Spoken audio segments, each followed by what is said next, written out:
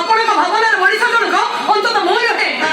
ଆପଣ ତାହେଲେ କିଏ କହିଲ ଟିକେ? ବିଚିତ୍ର ମହାପାତ୍ର। ଅଛି ଆପଣଙ୍କୁ କାହିଁକି ଆଧାର ନାହିଁ? ହଉ ତମେ କିଏ କହିଲ ଟିକେ?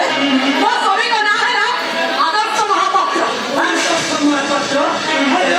ଆଦର୍ଶ ମହାପାତ୍ର ଯଦି ତମ ସ୍ୱାମୀ, ତମ ମଥାରେ ସିନ୍ଦୁର ବଦଳରେ ଟିକିଲି କଣ?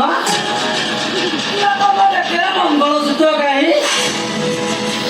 ଏଥିରୁ ଜଣା ପଡୁଛି ତମେ ଆଦର୍ଶ ମହାପାତ୍ର ରଖିଥା।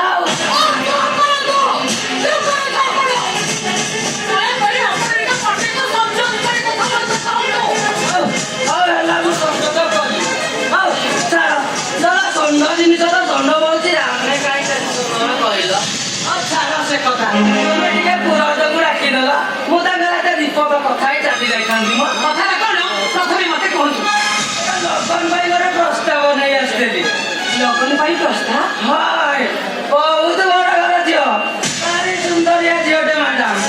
ଗୋଟିଏ ଭାରି ମାନିବ। ପ୍ରାଇଭେଟ ମେଡିକାଲରେ ନର୍ସ ଅଛି, ଭାରି ମାନିବ। ଦେଖୁନାହାନ୍ତି ଫଟୋଟା।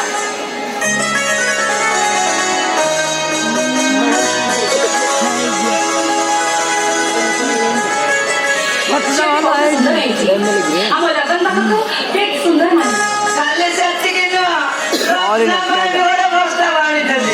ଲଗ୍ନ ପାଇଁ ପ୍ରସ୍ତାବ? ହଁ, ରତ୍ନା ପାଇଁ। ବହୁତ ଭଲ ଆଜ୍ଞା। ଶୁଣିଥିବେ ଚତୁର ଦମ୍ପତି ରାଜା ପାଇଁ। ଏଇ ନେ ତାଙ୍କ ଫଟୋଟା ନେ।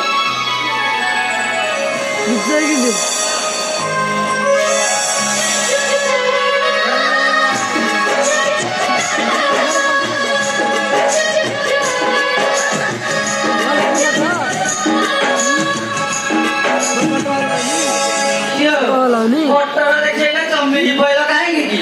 ହଲୁଛୁ